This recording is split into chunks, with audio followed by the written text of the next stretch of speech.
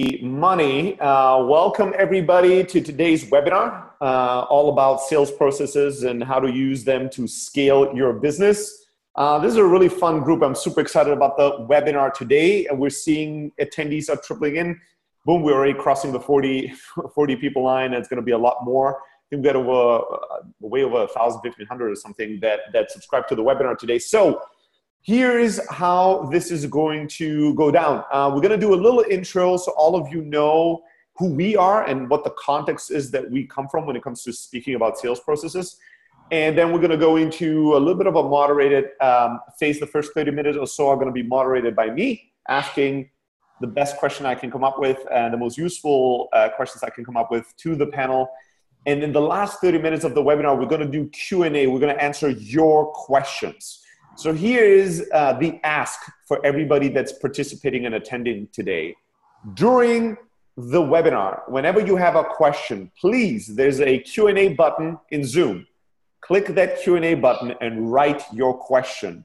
And in the last 30 minutes, we're going to try to work through all the questions and answer your specific questions. You're going to get as much out of this webinar as you're willing to take, right? We can try to address as much as we know about sales processes, but we can't really mind read what your problems are, what your questions are, what a solution is that you need to hear about. So make sure to ask plenty questions. And at the second part of the workshop and the webinar, we're going to go through those and address all of them. If you put your questions in the chat area, the problem is that I'm never going to see those, right? So we're going to not be able to address them. So please use the Q&A button to ask your questions. Typically, people share in the chat area where in the world they're tuning in from. I'm in Berlin. We have San Francisco. We have Palo Alto. We have all kinds of places. So we're super excited about the international crowd. And without further ado, let's rock and roll. And let's start with some intros. First of all, for those of you that might be wondering, who's this Ryan Robinson character and why is he not streaming video? Ryan is the mastermind, the producer behind these webinars. He has made sure that we all showed up at this time at this place. He made sure that I had a co-working space that has Wi-Fi that's working in Berlin because my hotel's Wi-Fi died this morning. So he is the one that you have to praise if you really like the webinar, but he's not going to really be participating, so there's not going to be any video audio from him. With that out of the way, Vinay, why don't you start us off by giving people a little bit of an intro of who you are and why you care about sales processes, and then we'll take it from there. Yeah, awesome. Excited to be here. Thanks so much, Sally. So yeah, quick intro. I'm the CEO of Process Street. We're a process and workflow management platform. We help teams manage their recurring processes. We try and make recurring work fun, fast, and faultless for teams everywhere. And since sales is a very process-driven function, a lot of sales representatives, unless maybe you're in the very top end of kind of enterprise sales, you're probably doing pretty repetitive types of work. Lots of calls, lots of demos, lots of meetings, that kind of stuff. And so we work with all sorts of sales teams to help them manage their repetitive processes, everything from training and onboarding new reps, qualification checklists, proposal generations, deal one tracking and celebration processes, customer success handoffs, all sorts of stuff. We plug into Close, we plug into different CRMs. And so that's kind of my background. We're still a small sales team, so we're not kind of the most experienced in terms of managing our own sales teams, but we have a lot of big customers that have hundreds or thousands of reps that we do work with, and we see inside their sales processes and how they work. Sweet. Thank you so much. All right. Sutherland, why don't you go next? Sure. My name's Mike. I'm the VP of Sales for Groove. Groove is a sales engagement software. We help companies use account-based selling to drive visibility between their teams, foster more collaboration, and also just give each team kind of the critical insights they need to win in each of their target accounts. In terms of what we do here, and sales process is big for us, both because I lead the sales team, but also because our software is designed to help reps follow a certain sales process to actually reach out to and engage target accounts. Awesome. Mike, you're next. Guys, I'm Mike Palladino. I'm the Director of Sales at PandaDoc. PandaDoc's a sales enablement tool for the bottom of the funnel. Gives you insight into your proposal, quotes, and contracts. And a great way to think about it is sort of a place where marketing and sales align to enhance the buyer's journey. So process, yeah, it's a process in our own sale, and it's all of our clients. But much like Vinay, we are, mostly inbound driven. So our process was sort of predicated on that workflow. And when I joined, we implemented a real simple process, which is just like, why buy anything, why buy me, and why buy now? And that sort of transitions into a pretty clean discovery, validation, and negotiation stage. So that's sort of our perspective on things. And it's actually relevant because a big initiative for us is to use ourselves as our own ICP. So we're trying to enhance our processes as well as it relates to new use cases that we can potentially sell and implement internally here. So. Dope. Thank you so much, Mike. All right. For those of you who have no idea who I am, my name is Steli Efti. I am one of the co-founders of a company called Close.io. We're an inside sales CRM. So by definition, our bread and butter is helping sales teams close more deals, make more revenue. And a big part of that is putting them in a framework that helps them figure out a sales process that's highly actionable. We love to help startups. I teach founders and startups all around the world how to take their process, whatever it is they have, how to simplify it, how to improve it, and hopefully how to scale it at the end of the day. And I think that's why we're all here, what we all want to explore and talk about. To kick things off, I'll make a bold claim, right? I'll say that no matter who you are, no matter what your background is, no matter how big or small your team is, you do have a sales process right now, right? Because I encounter this all the time. People come to me and they go, Steli, we are very early, so we don't have a sales process yet. And I always stop people and go, you might have a shitty one, you might have an unsuccessful one, but you do have a sales process, right? If you've sent one email in your life, if you've made one call, if you've talked to one person, at an event, you have a process, right? You might not repeat that. You might have not documented it well, but there is something there. And I think that's important for everybody to realize, because once you internalize that you have something, now it's easier to start working on it, improving on it, versus when you think, oh, we're so small, we're so early, we're so inexperienced, so we don't even have this thing called a process, right? So I'm throwing that out to kind of set the stage here. And with that being said, my first question, I'll direct this to you, Vinay, is, when we think about early stages, right? And you guys with Process Street, with the tool that you've built, I assume that a lot of companies that come to you are kind of at that stage where for the very first time, they're thinking about documenting their process and thinking about how to do that well. What are some fundamental things that you have seen, both experienced yourself, but also seen with all the companies and all the clients and customers that come to you, some fundamental basics for sales teams that are trying to start documenting the sales process, figuring out a basic first sales process? What are some kind of best practices and things you've seen people do well, or what are some sins and mistakes that everybody makes that people should avoid? Yeah.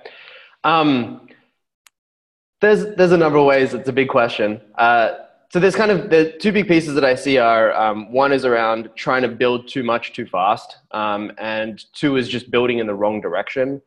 So, firstly, some people come to us and say, oh, we have a process problem where we just hired 2 people and they're going off in one direction. So we need to do our whole process. And that can be like building a kind of sales process that's as well designed as a scaled company, like a Salesforce or whatever, is like a huge, huge project, right? It takes tens of people years to kind of design and build and get it all kind of perfected. And so I think trying to tackle too big of a process at the beginning is one problem, and it becomes a bit of a non-starter. And then two, people who are basically, okay, this is how our one rep is doing stuff. And then they just they don't analyze whether that's the right process. They just say, oh, let's just kind of document what we're currently doing and then get other reps to do that without first kind of looking at the numbers and figuring out, is this actually the best way that we could be doing something? So kind of like locking in their process without giving them room to experiment and without giving them the right kind of feedback to know if it's the right process or not, are two kind of pitfalls that I see early stage companies get into when they're first trying to document their processes. Sweet. Mike, anything that comes to mind, mistakes made in the past, deadly process sins that should be avoided, or maybe just like an obvious fundamental thing every sales team should do when it comes to figuring out their sales process is step one?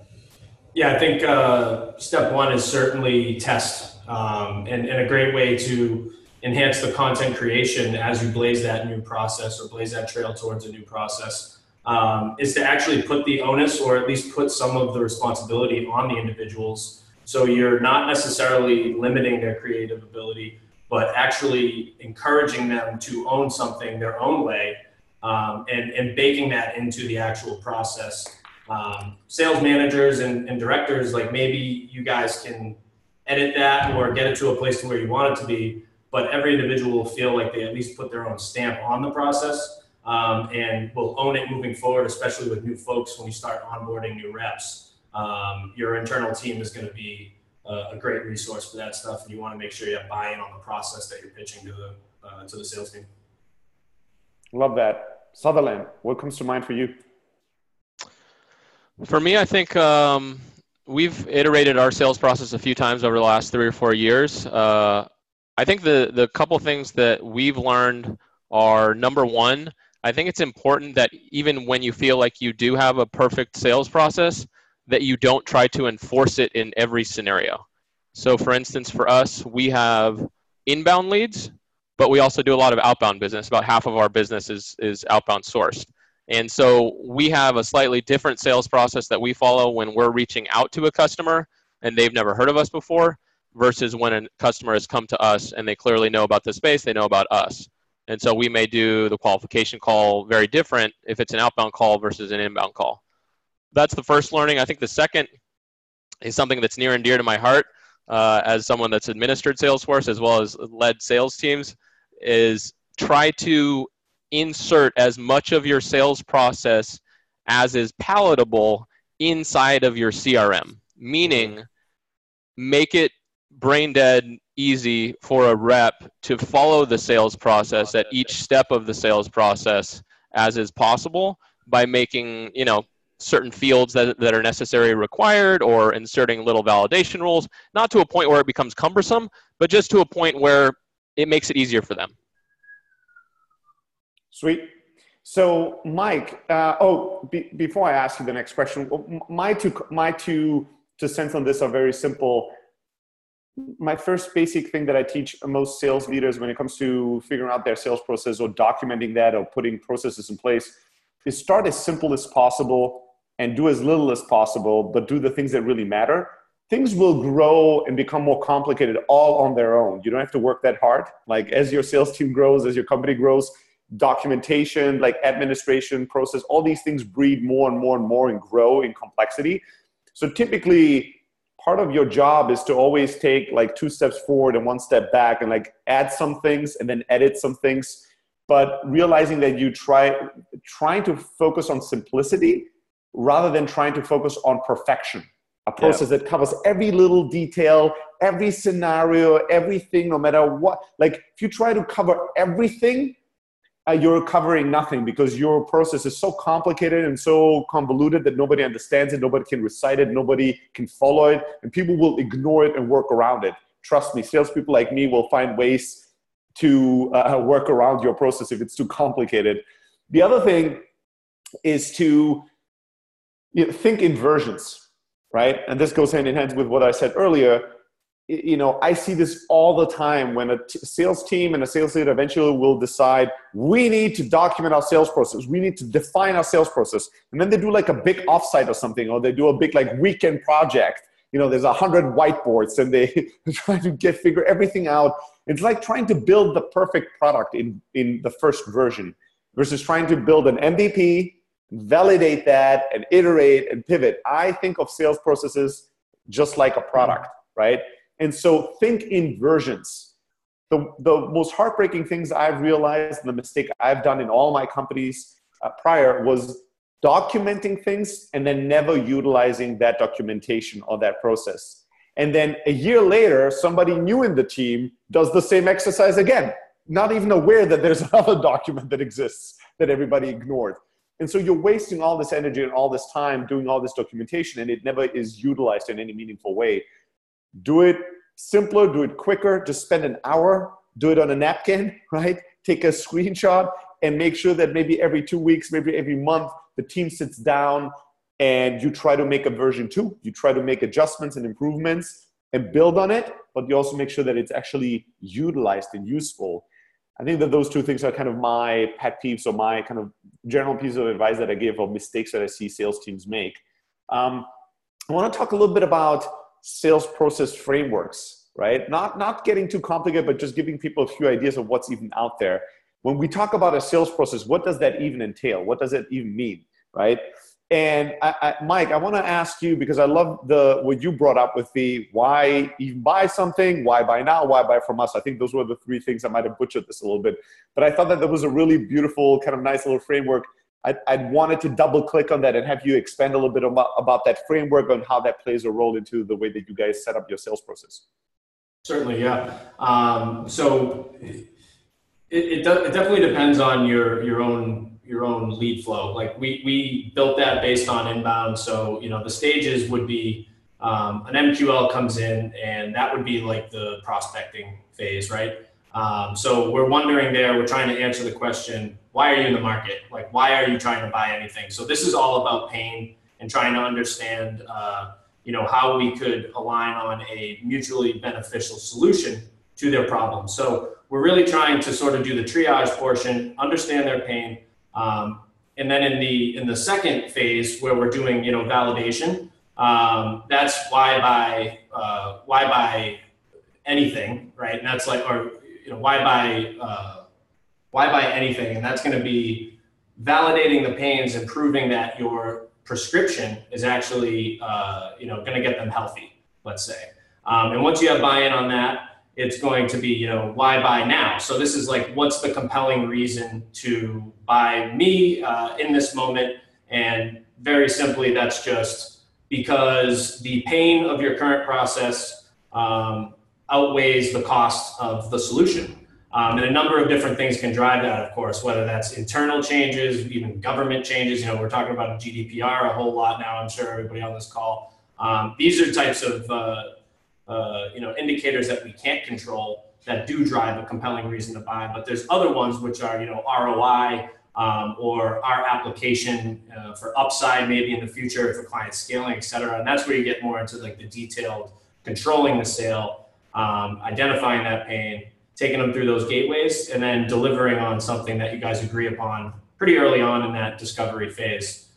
So that's kind of how we set it up. It's a respect contract almost in the beginning of the engagement, where we have a quick Q&A that's basically trying to get the client to say a bunch of yeses and agree to a number of things, which is including a process, so that they are aware of what we're going to do in every stage should they be qualified to move to the next one.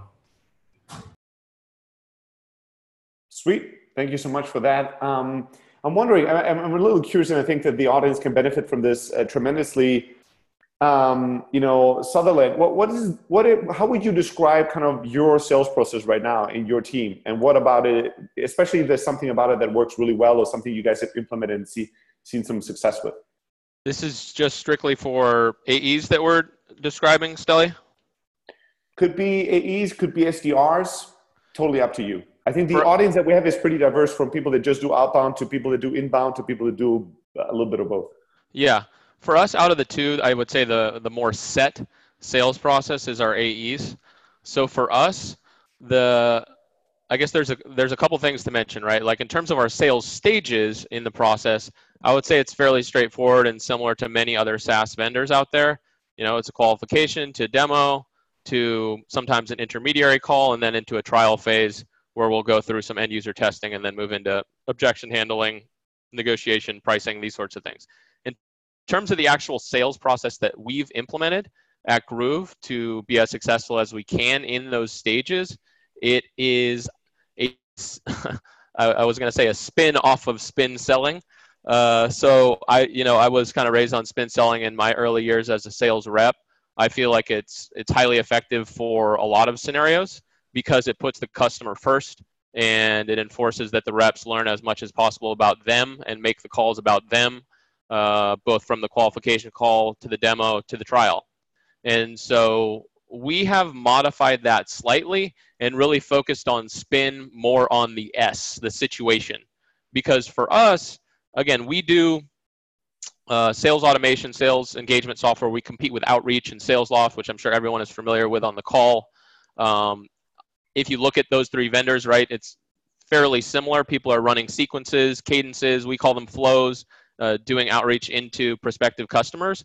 And so for us, it's not so much learning about the pains, although that is certainly important, but really trying to learn as much about that customer's unique sales organization, their situation, meaning how is it organized, how does each team operate, who else is involved outside of sales, and really trying to craft a pitch during the sales cycle that is specific to them, that makes Groove unique from, we're just an outreach or we're just a sales loft. We are a specific solution that's geared to help that specific sales organization. Awesome. Vinay, curious to hear a little bit about kind of your lessons learned internally, but also you're the only person in this webinar that is in the unique position where you sell a product that helps companies do processes better. And so I know that you have lots of stats, you have a lot of data on sales teams with process, without processes, and the benefits it does. So I'm just curious to hear a little bit about what you guys have learned with that unique vantage point that you're in and all the data that you guys have. Yeah, absolutely. We actually have a pretty cool post on this. If you just Google like B2B sales management, the post is 22 B2B sales management statistics and the processes you need to survive. So I pulled some cool data from that post that we published a while back. But if you kind of look at poor performing sales teams, so 48% of underperforming organizations have non-existent or informal processes, and almost half of sales teams don't have any kind of playbook or anything documented. But then if you look at companies that do have a formal sales process, you see they have up to 28% improvement in revenue versus those that don't.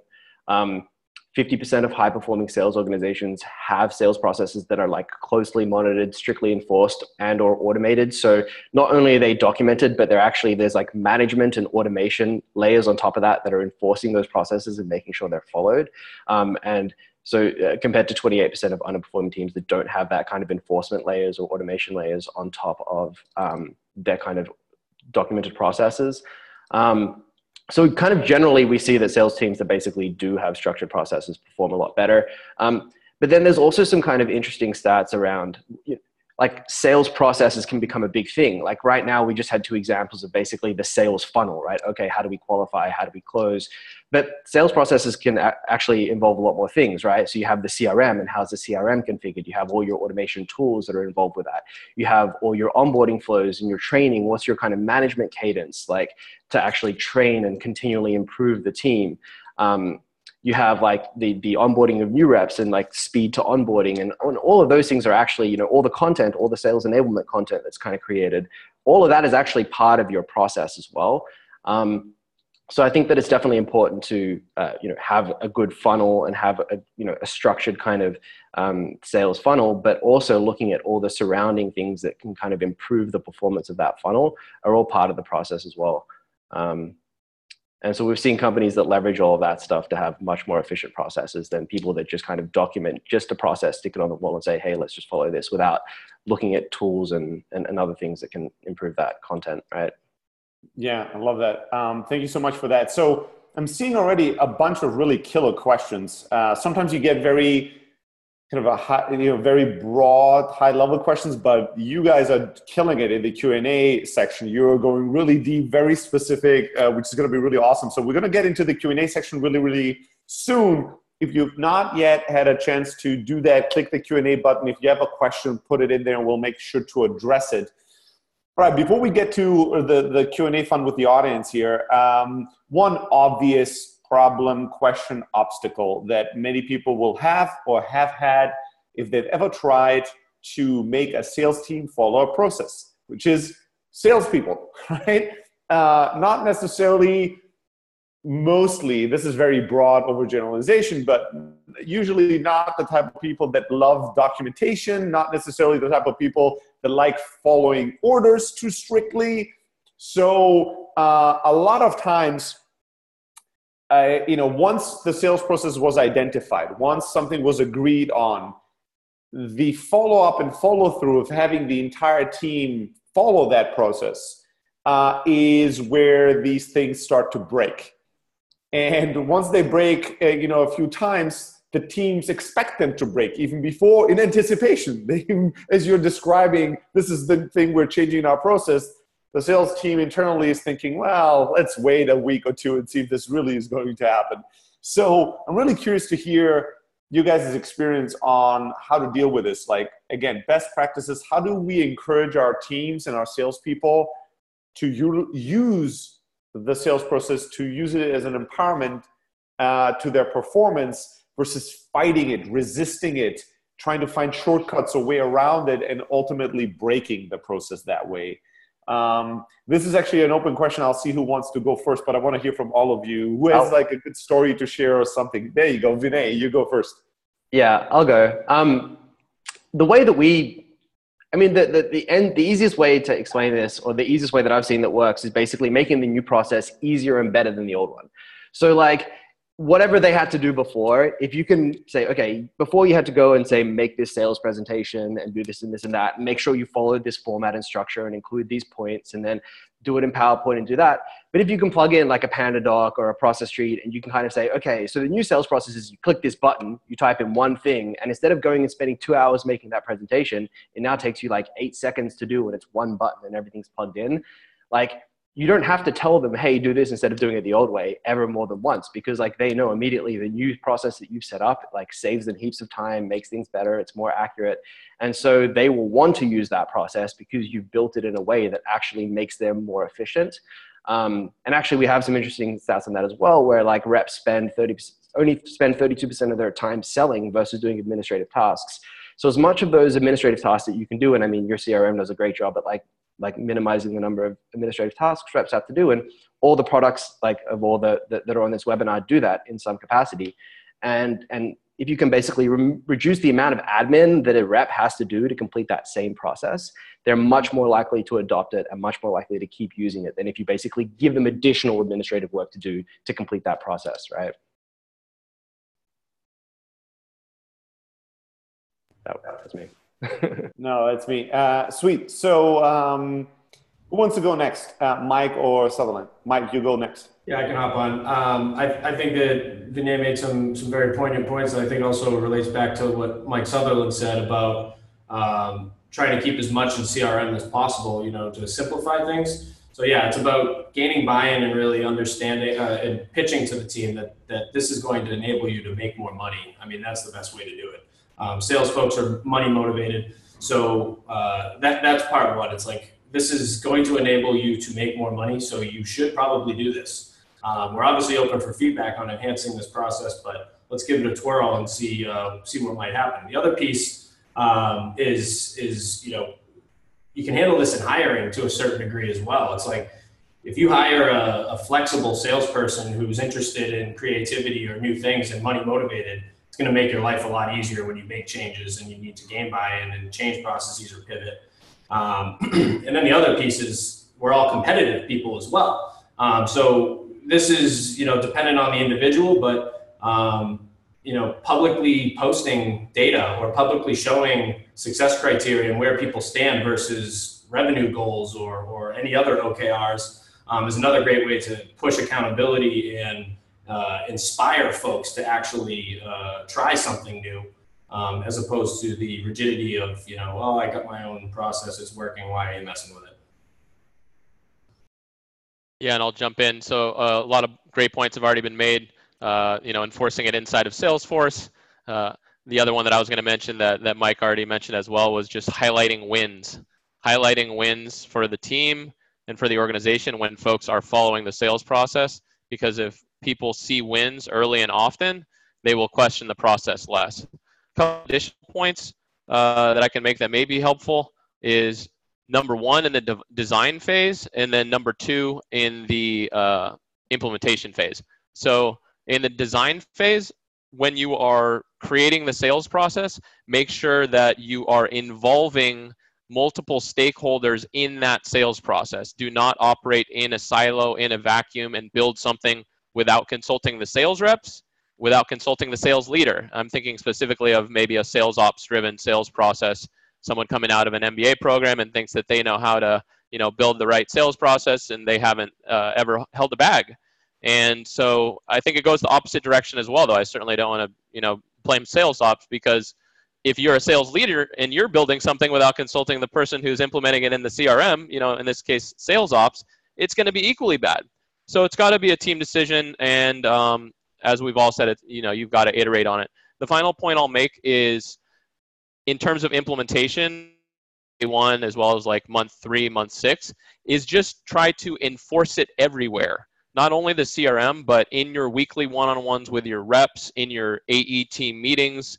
The sales process has to be discussed, mentioned, and worked on, at all of those times to really make it ingrained in these folks day to day, because they got a lot of stuff going on, and following the sales process isn't really their number one priority, right? And as Mike mentioned, it's usually closing deals. Yep. Another just quick tip is you can also, if you're trying to do a big process push, you can link that to compensation too. So you can create accelerators and bonuses around people closing deals that are in line with the process that you're trying to deploy. That can also help. Love it. All right, let's get to the core, the heart of this webinar. And the reason why people even think about building sales teams and processes and all that, which is the scaling part, right? We all want to do this stuff, not just to keep doing it. Like, we don't want to set a process in place with a team of 2 or 3 people so that 10 years from now, we're still 3 people doing the same thing. More often than not, we want to use process to be able to scale the sales team, scale our sales efforts, and ultimately our results. So what does it take to scale your sales process, right? I'll go first on this, and then I'll have you guys chime in, and then we'll get into the Q&A section of this webinar. So number one mistake is that, and I think somebody mentioned this earlier, that people scale too quickly. They think, we have 2 people that do some stuff, they generate some kind of results, let's write it out in a process, and now let's hire 30 people and tell them to do the exact same stuff. This may work, but more likely it won't, right? More likely you're scaling prematurely, means you're trying to grow your sales team and scale the things that you're doing, but the things that you're doing are not ready for scale. So now the question is, what the fuck do I need to be ready to scale, right? How do I know that I'm ready to go? And I mean, there's many things, and it depends. Is usually probably the right prefix on all answers and questions, but there's 2 basic things that I want everybody to keep in mind. When you do something and you have repeatability, means you do the same kind of things. You're not doing something completely unique every single day. That's probably step number 1. Step number 2 is not just do you do the same thing, so similar things in a similar rhythm, but these things generate very predictable, similar results, right? So you have repeatability of activity, and then you have predictability of results, right? You're not doing the same stuff every day, and every day there's completely different results coming, right? Or every month or every quarter. There's some level of predictability, right? If the 3 of us or the 5 of us or the 10 of us on the sales team, if we follow the activities that we've been putting in, we kind of know what the next quarter is going to look like, or what the next month is going to look like, with some kind of a control, not perfect, but some kind of idea of, we put in this repeated actions, these predictable results will come out. Those are the first 2 steps fundamentally. Unfortunately, those are not enough, right? Those are just the first 2 things you need. You're not yet ready to scale necessarily. The 3rd step is to really now look at the activity and ask yourself, can it truly be grown or scaled, in a sense of, usually this starts with the leads, and the lead generation activity is usually the bottleneck of scale, right? So as an example, I could be doing the same stuff every day. Let's say I'm part of an incubator, and I ping one company that's also part of that incubator every day, and I ask them to jump on a demo call and me to pitch them on using my dev tool, because they're all technical startups, let's assume, right? And I might have even a 2nd or 3rd person doing that every day if it's a big incubator. A month from now, we might see pretty repeatable and predictable results. But if we step back and we ask ourselves, are there enough leads in this, incubator list that we're going after to 10x our sales team? We're quickly going to realize no. So hence, we cannot scale yet, right? Although what we're doing right now is repeatable and it's predictable, it's not scalable. we don't have enough leads, don't have enough, the top of the funnel to hire more and more reps to do this activity. If you can check off on these three things, it's repeatable, it creates predictable results, and when you analyze it, you think you can scale it, right? At least 5x or 10x, then you're ready to go, right? And hopefully you have documentation, automation, you have software in place to help you onboard these people and have them productive. But if you have one of these three things lacking, or how most of us have probably done this mistake before, where you have all three things lacking, scaling will just waste money, time, energy, emotions, everything. It's going to create headaches. So that's kind of my rant on scalability, but I'm dying to hear all of your comments in terms of like things that need to be in place to be able to scale, or how to scale really fast or really well. Who wants to go first? I can go. Yeah, so a lot of similar things to what you said, but you need to know your numbers and your funnel metrics. You need to know, how many leads that you're generating based on whatever your lead generation source is, whether you've got SDRs, you're buying ads, you're getting content. You need to understand how to scale that lead source, right? And if it's scalable to the numbers that you want it to be. You need to know then how many leads a rep needs to have to hit their numbers. You need your whole team hitting target, right? You're not going to scale if you have 3 people and they're all only at 50% attainment. Ideally, you want them to be 80, 90, or over 100% attainment on the team before you look at scaling. But then also the other thing to think about is like, scaling is not just about people. And you touched on this as well. But if you do say, okay, we have 3 reps and they all just for the first time hit 100% of their target, it's time to scale. That doesn't necessarily mean you want to add rep 4.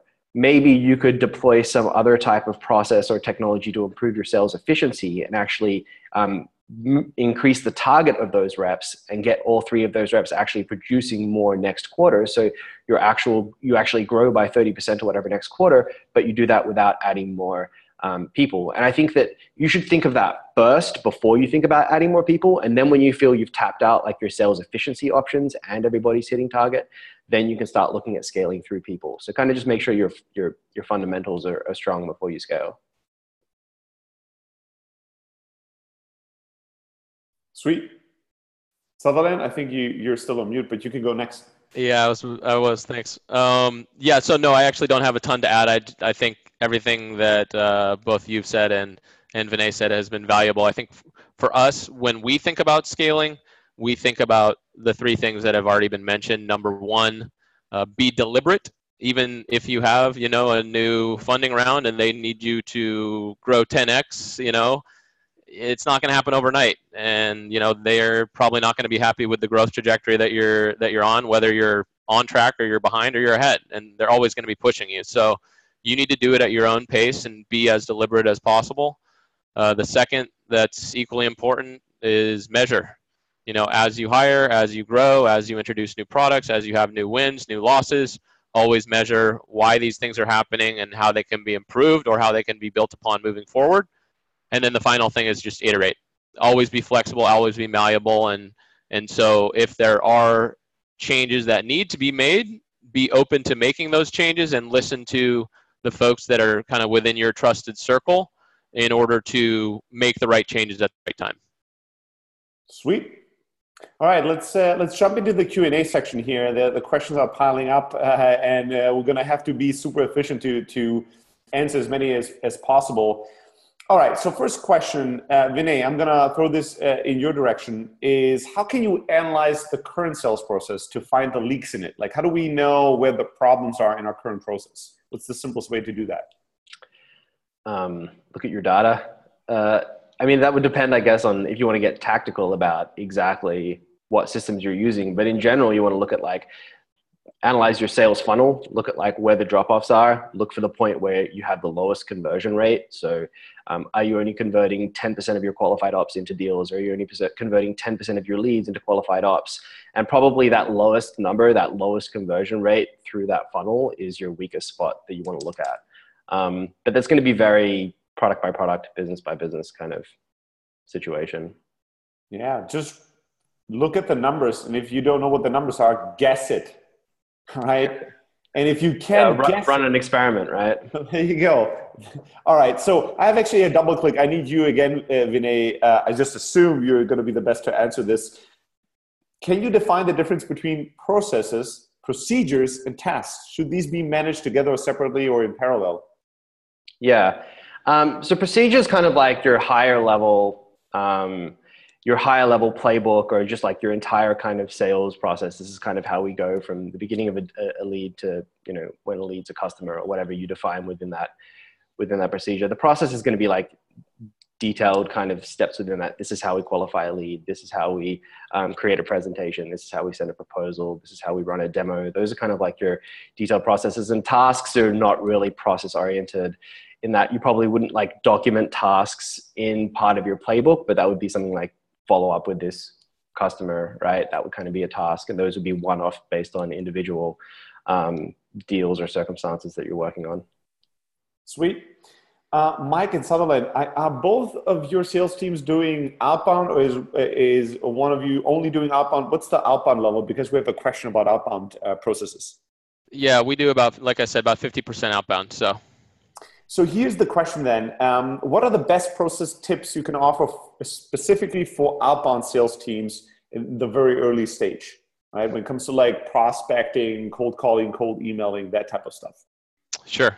So I think the best tips I can give there is define your ideal customer profile and your buyer persona as early as possible in order to have a successful outbound strategy. So what that drives ultimately is the second part, which is equally important, is having a good and accurate data set in your CRM system to go after. So just to dissect a little bit about what I just said, basically, ideal customer profile, you want to know which companies are going to be good fits for your software, because those are the ones that you want meetings with. Equally, you want to know the ones that are going to be bad fits so that you can avoid reaching out to them. In terms of the buyer persona, you want to know which department and which title in those departments are typically going to be the best person to get into that account. Maybe not your eventual buyer, but the person to talk to first. So what that drives, as I mentioned, is, again, where you're going to get data, how much data you're going to get. And that's when you start talking about the tools that you're implementing as part of your outbound strategy. So things that can help with that are, ZoomInfo, DiscoverOrg, Clearbit, all of these types of vendors that can get you the right account information and the right contact information that can drive a effective outbound prospecting strategy. And then the final piece is really just the messaging and the cadence. How many emails are you going to get out as part of your campaign? How much calling are you going to do? And then ultimately, are they using the best email templates that they can? And do they have a good call script? And that stuff is simply just releasing and iterating, as we've already talked about before, looking at the numbers.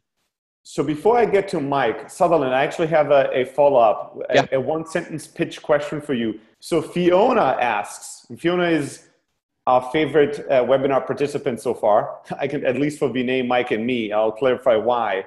Her question is, we have had amazing success within the last year by bringing on Close.io, Process Street, and PandaDoc in our sales process. High five, Fiona. So she's asking now to you, Sutherland, what is Groove and what advantage could that bring to us? Give us an elevator pitch. Wow, who is Fiona? Did we plant Fiona? I don't know. If we did, it's so good, I didn't even know about it. Okay, what is Groove? So as I mentioned, Groove is a sales engagement platform. Where Groove is going to be unique versus SalesLoft and Outreach, it's really two main areas. Number one is we're going to have the deepest in the space. Well, a lot of our product is actually built on force.com. What that means for folks on the ground is, for end users, that's going to result in less clicks and more automation across the platform. So it's simply just going to be easier and faster to use. For admins and managers, you're generally going to get better data for analytics and reporting. So that's the first area. The second is that our product is highly configurable, both by team and by company.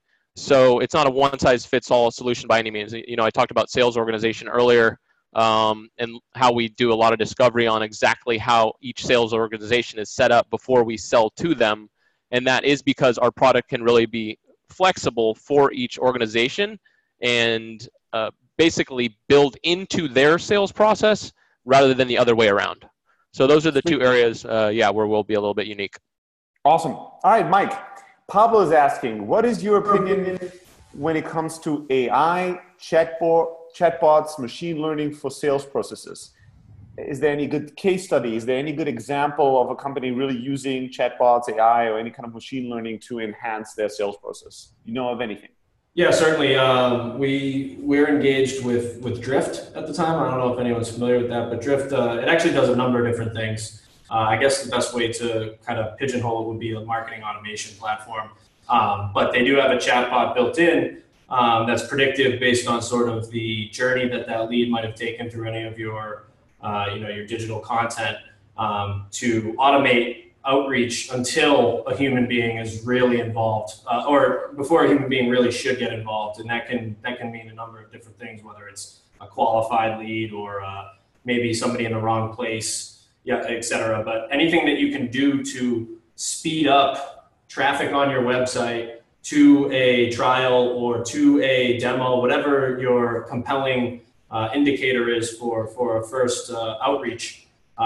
Anything that you can do to automate that is obviously going to be a plus. And that sort of ties into Mike Sutherland's tool. We don't use Groove, unfortunately. We do use SalesLoft, but the value is similar. I know there's some differentiators there, Mike, but the value is similar. It's an automation platform that allows folks to just do a few clicks, handle a number of different lead qualities as opposed to customizing everything. So automate as much as you can, customize as much as you can, because that's how you'll have some successful outreach. And similar to Mike, we try to pitch PandaDoc as also a process improvement tool, but also tie it back to revenue as it plugs into the CRM. You can literally share a proposal while you're on a demo closing out a call. You can negotiate a proposal during a screen share. You can track how people are engaging with the proposal as well to see, is this something worth following up? Is this something maybe I shouldn't give much time to? So anything you can do to prioritize selling activities in your, cream of the crop top deals is going to enhance that process. Anything that you can do will help. And the other piece is Data Hub for forecasting is a tool that we use. CRMs often are inconsistent with like how you can forecast, like even Salesforce, which you could argue is the best. It's not the greatest because it's like probability and stages. So it's tough to figure out, but Data Hub is a great tool for real-time roll-ups on forecasting. So reps just making updates in the CRM, they don't really need to submit a forecast. It's actually just live. So I use that in the middle of the month a shit ton, and then PandaDoc towards the end of the month to try to get some visibility into where people might end up. Sweet. Vinay, another question for you is, how do you guys deal with selling to so many different types of customers, right? You're selling to sales teams, to marketing teams, to ops, HR, like your customers are all over the place. Any kind of team or department in a company might need a better process or process documentation. How do you deal with that from a sales perspective? Yeah, it's a blessing and a curse. So, we try and use some automation when we can. Actually, chatbots are pretty interesting. So we use the Intercom one, but it's a similar situation to Drift, where you can have bots basically. So one of our problems is we have a ton of inbound traffic. We have a freemium product, and because we have this very horizontal kind of offering, we have all sorts of people from all sorts of walks of life signing up to the product. We have hundreds and hundreds of people a day coming in. It's very difficult for us to like manually look through our leads, contact everybody, really do any kind of like high touch work at all. So we try and use automation as much as possible and kind of PQLs by looking at like activity in the app to identify leads for the sales team. So we're basically pushing these to the sales team based on, say, questions that the bot's asking. How many users would you need? Demographic information, such as like, are they an enterprise? Or product information, like how many people did they add to the product, and maybe what kinds of processes are they looking at running in the product. And those kind of leads get routed to the sales team automatically. All the rest get kind of handled by marketing automation or support. So maybe 10% of our leads only hit the sales team, something like that. And then from there, it's honestly a tricky situation. So we tried having like SDRs doing kind of phone-based qualification, and we found that just our product, once it got to the sales team, it's too complicated because we're dealing with so many different segments that training SDRs on how to qualify for an HR process versus an IT process versus a sales process versus, it's just like very difficult to get like a kind of junior rep to have that skill set. So we basically try and do email qualification, and then the account execs just do 2 stages of qualification basically. And we really just need to figure out like, can we kind of fit our product into their workflow? And it's just it's a pretty manual process, just because like you said, there's so many different use cases, so many different segments, that we really need to have like a long 20-30 minute conversation with the customer to see if there's a really good fit. And so we try and use automation as much as possible, just so we have as few of those calls, right? Where we try and screen out people through automation, so that the ones that do get to the sales team are hopefully more qualified. But it is just, 30 minutes on the phone, basically figuring out if we can actually match that use case. Yeah. Sweet. All right. So last 10 minutes in this webinar, people, we're going to go rapid fire now. We're going to go super fast, try to address as many questions as we can. I'll go next. So there's a bunch of questions that are relating to how is cold calling dead or not? Is it still working? Should it be part of the process? Is cold emailing dead or not? Should it be part of the process? Is pinging people on LinkedIn now dead? Should it be part of the process? I'll summarize. I'll give an answer to all these questions. The days of mediocre sales emails, sales calls, or any kind of other interactions in sales are over because there's so much of it, right? So the days of great sales calls or great sales emails are well and alive. So in a market that's more and more crowded, that's harder and harder to break through, it just means that the quality of how you sell needs to stand out. It doesn't mean that channels are dead. It takes a very long time for a channel to be truly dead. That's my experience. I know tons of companies that are scaling their sales efforts and are crushing it through sales calls, sales emails, social selling. And I know tons of companies that tried any of these things and failed and are blaming the channel and saying this doesn't work anymore. So you just have to execute on an exceptional level, really, really high quality level to break through the noise today. That's my 2 cents on that. Mike, when is the right time to give a demo? When should the product demo happen in the sales process? When is it too early? Should it be the first call or the second or the third? Some quick tips on that. I think that there definitely needs to be some form of discovery before a salesperson accepts a qualified lead for a product demonstration. We're talking about prioritizing and efficiencies here. No one wants to waste your time or a client's time on a solution that's not going to work for either party. So I definitely think that, there needs to be some degree of discovery before you do a demonstration. Now, that being said, I'll take a 5-minute call with anybody who's interested in talking to me if I think that there might be an opportunity on paper. So never miss an opportunity. But yeah, I mean, a demonstration really shouldn't take place until both parties agree that we're moving in the right direction and solving the pains or the workflow issues that you're running into. So yeah, you request a demo, I'm still going to anticipate like 5 or 10 minutes of discovery before we go into the product. And these things happen all the time with my reps. People say, hey, I requested a demo, I want a demo. And it's really up to the individual to educate the client on what our process is, why that's our process. It's designed because it's the right way for both parties to realize the most value here.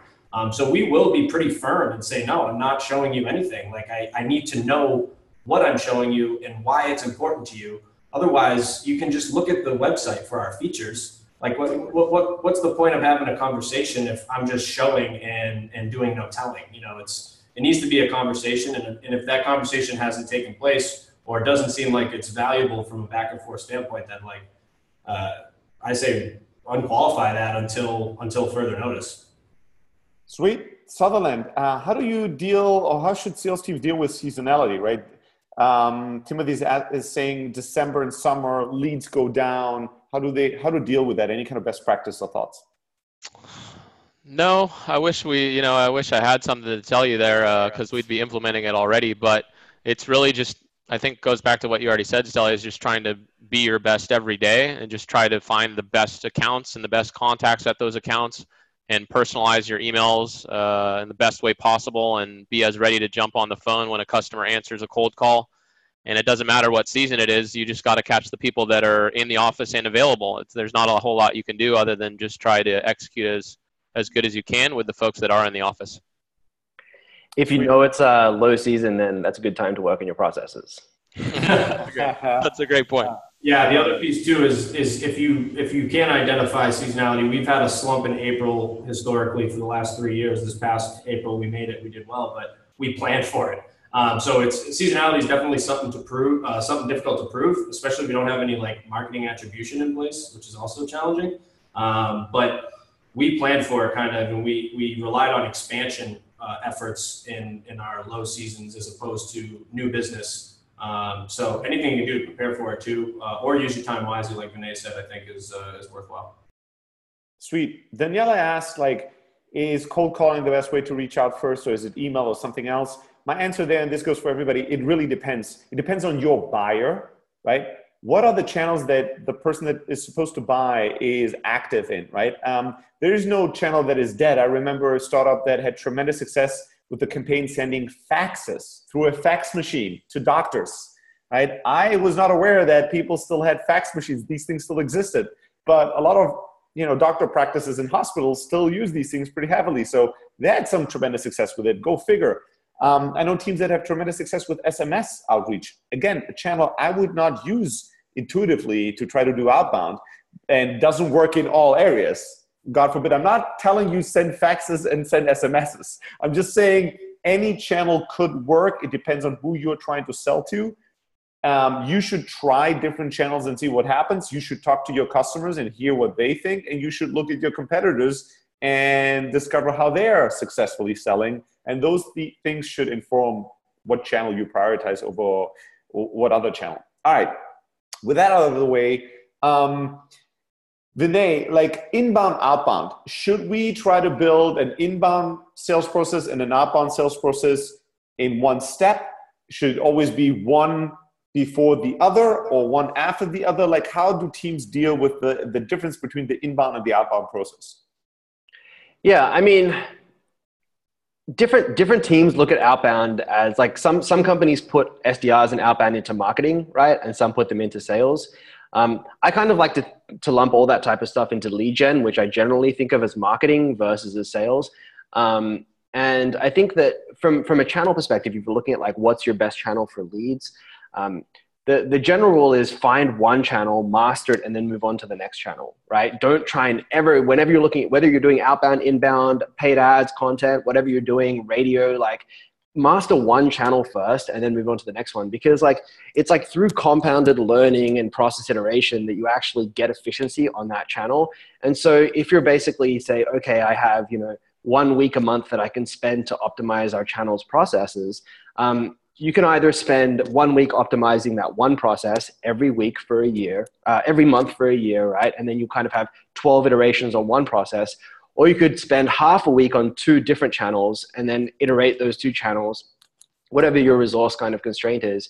And then after a year, you'll have 6 iterations on those 2 channels. But if you're thinking about it in compounding growth and you're adding 10% growth on each iteration, like the results that you'll get by iterating one channel 12 times will outpace iterating 2 channels just 6 times.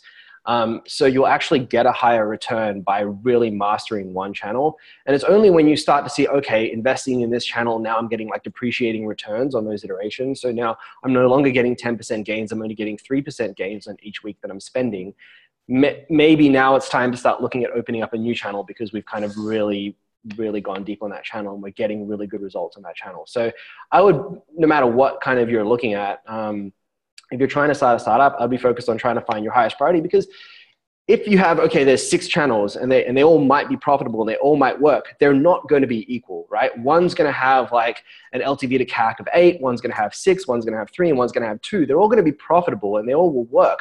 But why would you invest your time in the 2-to-1 channel like for the next year when you could be investing your time in like the 8-to-1 channel, right? Like you should just figure out what your best channel is, master that channel, and then only when you feel you're getting depreciating returns, move on to the next one.